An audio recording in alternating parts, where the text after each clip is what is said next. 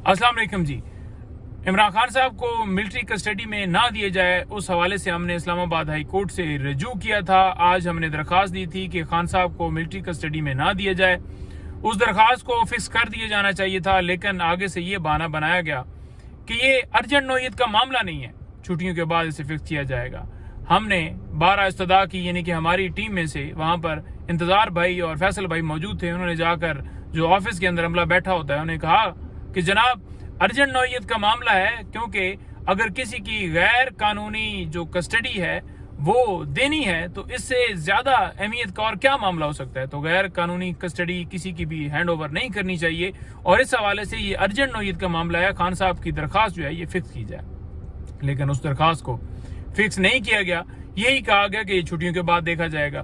तो आप देख लें कि जानबूझकर ये मामला सारा किया जा रहा है। इससे ज्यादा और अहम नौयत का मामला क्या हो सकता है। तो जब इंसाफ देने वाली जो अदालतें हैं, इंसाफ वाले जो दरवाजे हैं, वो इस तरह से आगे से लॉक कर दिए जाएं, बंद किए जाएं, तो फिर आप कैसे समझ सकते हैं कि मुल्क के अंदर कानून और आइन की बालादस्ती हो सकती है। अस्सलाम वालेकुम जी। इमरान खान साहब को मिलिट्री कस्टडी में ना दिए जाए, उस हवाले से हमने इस्लामाबाद हाई कोर्ट से रजू किया था। आज हमने दरख्वास्त दी थी कि खान साहब को मिलिट्री कस्टडी में ना दिया जाए। उस दरख्वास्त को फिक्स कर दिया जाना चाहिए था, लेकिन आगे से ये बहाना बनाया गया कि ये अर्जेंट नौयत का मामला नहीं है, छुट्टियों के बाद इसे फिक्स किया जाएगा। हमने 12 इस्तदा की, यानी कि हमारी टीम में से वहाँ पर इंतजार भाई और फैसल भाई मौजूद थे। उन्होंने जाकर जो ऑफिस के अंदर अमला बैठा होता है, उन्हें कहा कि जनाब अर्जेंट नौयत का मामला है, क्योंकि अगर किसी की गैर कानूनी जो कस्टडी है वो देनी है तो इससे ज्यादा अहमियत का और क्या मामला हो सकता है। तो गैर कानूनी कस्टडी किसी की भी हैंड ओवर नहीं करनी चाहिए और इस हवाले से ये अर्जेंट नौयत का मामला है। खान साहब की दरख्वास्त जो है ये फिक्स की जाए, लेकिन उस दरख्वास्त को फिक्स नहीं किया गया। यही कहा गया कि छुट्टियों के बाद देखा जाएगा। तो आप देख लें कि जानबूझकर ये मामला सारा किया जा रहा है। इससे ज्यादा और अहम नौयत का मामला क्या हो सकता है। तो जब इंसाफ देने वाली जो अदालतें हैं, इंसाफ वाले जो दरवाजे हैं, वो इस तरह से आगे से लॉक कर दिए जाएं, बंद किए जाएं, तो फिर आप कैसे समझ सकते हैं कि मुल्क के अंदर कानून और आइन की बालादस्ती हो सकती है। अस्सलाम वालेकुम जी। इमरान खान साहब को मिलिट्री कस्टडी में ना दिए जाए, उस हवाले से हमने इस्लामाबाद हाई कोर्ट से रजू किया था। आज हमने दरख्वास्त दी थी कि खान साहब को मिलिट्री कस्टडी में ना दिया जाए।